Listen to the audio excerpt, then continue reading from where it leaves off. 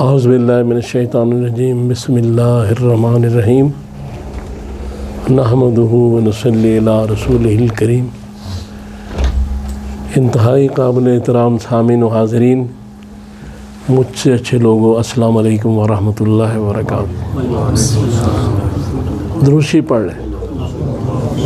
صلی اللہ محمد آل محمد۔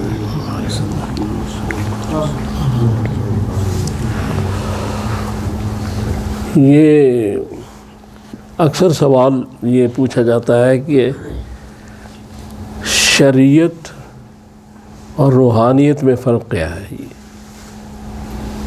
روحانیت کی جو اصطلاحات ہیں مختلف بعد میں وجود میں آ گئیں، تصوف اور طریقت اور معرفت۔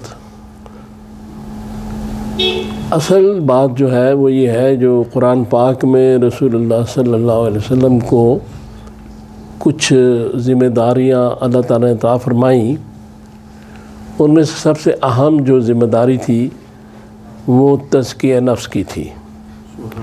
باقی بھی سب اہم ہے، لیکن یہ تزکیہ نفس ہی جو ہے یہی اصل میں روحانیت ہے۔ اس کا کوئی بھی نام رکھ لیا جائے، لیکن اصل معاملہ ہے نفس کو پاک کرنا، اور اس کا کوئی طریقہ بھی جو مناسب ہے استعمال ہو رہا ہے۔ لیکن نفس جو پاک ہوتا ہے وہ گناہ کو چھوڑنے سے ہوتا ہے۔ نماز، روزہ، یہ ساری چیزیں فرض ہیں، ان کو چھوڑ نہیں سکتے، لیکن ان کا جو نور ہے، ان کے اندر جو اصل چیز ہے جو وہ اس وقت تک حاصل نہیں ہو سکتی جب تک باطن ٹھیک نہ ہو، نیت ٹھیک نہ ہو، اور وہ جب تک گناہ نہیں چھوڑیں گے باطن کیسے ٹھیک ہوگا۔ شریعت ظاہر ہے، روحانیت باطن ہے۔ جسم ہے، اس کے اندر روح ہے، جسم ظاہر ہے، روح باطن ہے۔ تو باطنی معاملات کا ظاہری معاملات سے بڑا تعلق ہے، اور ظاہری معاملات کا باطنی معاملات سے بڑا گہرا تعلق۔ لہٰذا ظاہری طور پر بھی ان چیزوں کا ادا کرنا، نماز کا، روزہ، سب اپنی جگہ ہے، لیکن ان کی جو روحانیت ہے، جو ان کا مقصد ہے، جو ان سے چیز حاصل ہوتی ہے، وہ اس وقت تک نہیں ہوتی جب تک گناہوں کا نہ چھوڑا جائے۔ بار بار میں نے یہ حدیث کا ایک ٹکڑا اکثر میں پیش کرتا ہوں کہ اتق المحارم تکن عبد الناس۔ حضور صلی اللہ علیہ وسلم ہے کہ جب تک آدمی حرام نہیں چھوڑتا، حرام کام نہیں چھوڑتا، وہ عبادت گزار بندہ نہیں۔ خیر، اللہ تعالیٰ معاف کرنے والا ہے، وہ تو نماز تو چھوڑنی نہیں چاہیے، ہر صورت پڑھنی چاہیے۔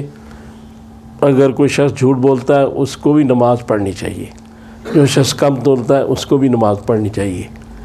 نماز ان برے کاموں سے چھڑا دے گی، لیکن ان کاموں کی وجہ سے نماز کو نہیں چھوڑنا چاہیے کہ میں چونکہ جھوٹ بولتا ہوں نماز نہ پڑھوں۔ اس لیے نماز اپنی جگہ ہے، اس کو ادا کرتے رہنا چاہیے۔ یہ ایک صابن ہے، آپ کپڑا دھوتے جائیں گے تو صاف ہوتا جائے گا۔ ان الصلاۃ تنہی عن الفحشاء والمنکر۔ تو بات یہ ہے کہ اب یہ جو روحانیت ہے، شریعت ہے، یہ ایک ہی چیز ہے، ایک ظاہر ہے، ایک باطن ہے، اور باطنی معاملات کا تعلق جو ہے وہ نیت سے ہے، ان چیزوں سے ہے۔ گناہوں کو چھوڑنے سے نیت کا صاف ہونا، اخلاص کا ہونا جو ہے، اس سے پھر گناہ آدمی چھوڑتا ہے کہ یہ چیز اللہ کو پسند نہیں، یہ چیز رسول اللہ صلی اللہ علیہ وسلم کو پسند نہیں۔ اللہ اور رسول کی رضا کے لیے وہ کام پھر کرتا ہے۔ یعنی نماز پڑھتا ہے تو اللہ رسول کو راضی کرنے کے لیے پڑھتا ہے، لوگوں کو دکھانے کے لیے نہیں پڑھتا۔ روزہ رکھتا ہے تو اللہ رسول کو راضی کرنے کے لیے، لوگوں کو دکھانے کے لیے نہیں۔ سخاوت کرتا ہے تو اللہ رسول کو راضی کرنے کے لیے، لوگوں کو دکھانے کے لیے نہیں۔ شہید ہوتا ہے تو اللہ کو راضی کرنے کے لیے، لوگوں کو دکھانے کے لیے نہیں۔ اگر وہ علم بانٹ رہا ہے تو اللہ کو راضی کرنے کے لیے، لوگوں کو دکھانے کے لیے نہیں، کہ لوگوں کی نظر میں اس کو سخی سمجھا جائے، عالم سمجھا جائے، شہید سمجھا جائے۔ ساری چیزیں احادیث میں موجود ہیں۔ اب یہ جو چیز ہے کہ جب شہادت جو ہے، شہید جو ہے وہ گواہ، اور شہادت گواہی، اور یہاں سے جو ایک لفظ نکلتا ہے وہ مشاہدہ ہے۔ تو یہ تصوف، روحانیت یا جو بھی چیزیں ہیں ان میں مشاہدہ بڑا اہم ہے، یا سلوک۔ مشاہدہ جو ہے سب سے اہم اور بڑا مشاہدہ اور اصل مشاہدہ اور مراقبہ وہ نماز ہے۔ چونکہ حدیث پاک میں ہے کہ جب نماز کے لیے آپ کھڑے ہوں تو آپ محسوس کریں کہ اللہ کو دیکھ رہے ہیں، اور ایسا نہیں تو اللہ تو آپ کو یقیناً دیکھ رہا ہے۔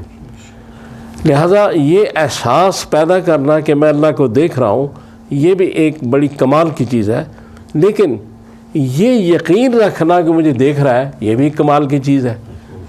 تو جب اللہ تبارک تعالیٰ دیکھ رہے ہیں، ہر لمحہ دیکھ رہے ہیں، آدمی اس یقین پر پہنچ جائے تو پھر وہ گناہ نہیں کر سکتا، چونکہ اس کو پتہ ہے کیمرہ فٹ ہے اور سپیڈ زیادہ گاڑی کی نہیں کی جا سکتی۔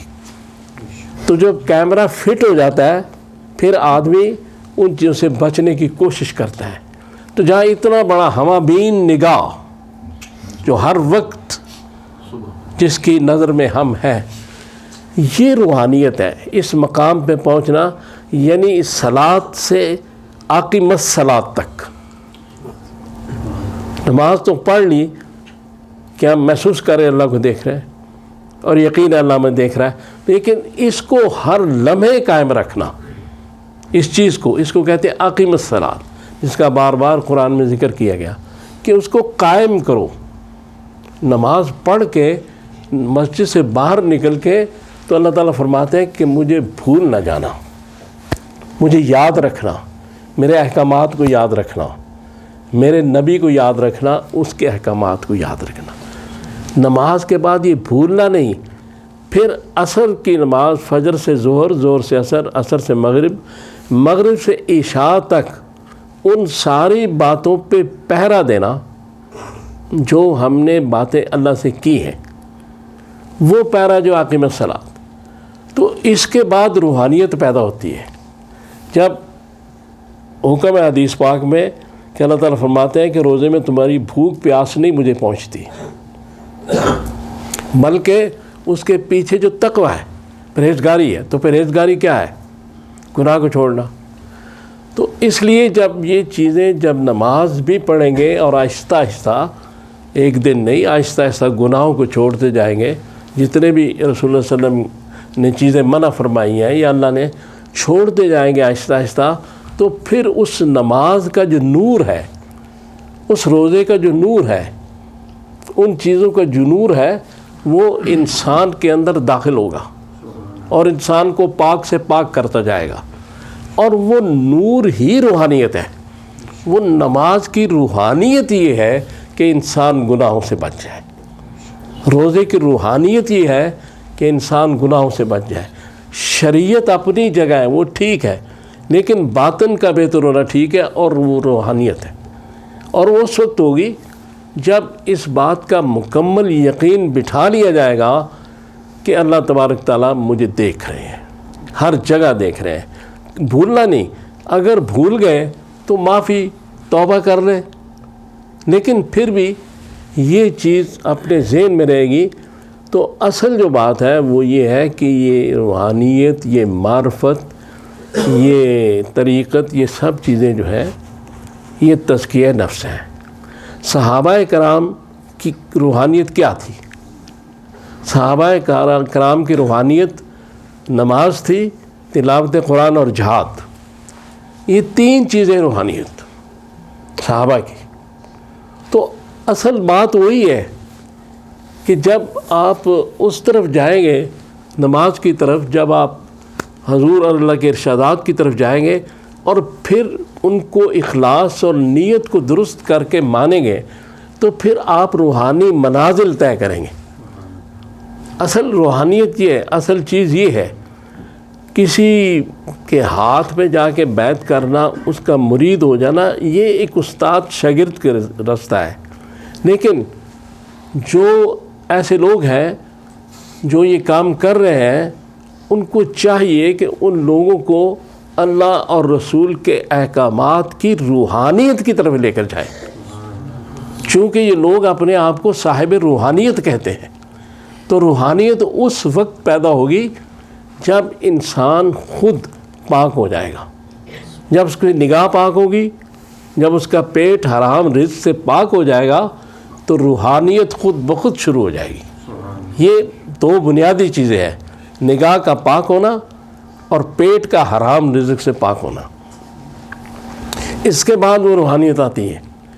تو باقی یہ جو چیز ہے یہ ایک استاد شاگرد کی اصل مرشد جو ہے وہ محمد رسول صلی اللہ علیہ وسلم، اصل مرشد اللہ ہے، اللہ باطن میں ہے، محمد رسول صلی اللہ علیہ وسلم ظاہر میں ہے، ید اللہ فوق ایدیہم، لہذا اصل مرشد وہ ہے۔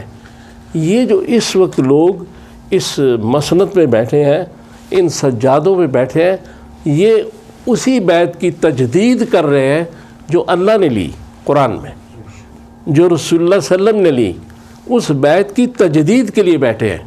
اس سے ہٹ کے کوئی کام ہوگا تو نہ کوئی روحانیت ہے، نہ کوئی طریقت ہے، نہ وہ تصوف ہے، کوئی چیز نہیں جو اتباع رسول سے ہٹائے، جو اللہ کے احکامات سے ہٹائے۔ یہ چیزیں جو ہے ان کی دین میں کوئی گنجائش نہیں۔ تو اللہ تعالیٰ سے دعا کریں کہ اللہ مجھے اور آپ کو توفیق دے کہ میں نے جو باتیں کی ہم ان پہ عمل کر سکیں۔ صلی اللہ تعالیٰ علی خیر خلقہ محمد و آلہ و صحبہ اجمعین برحمتک یا رب۔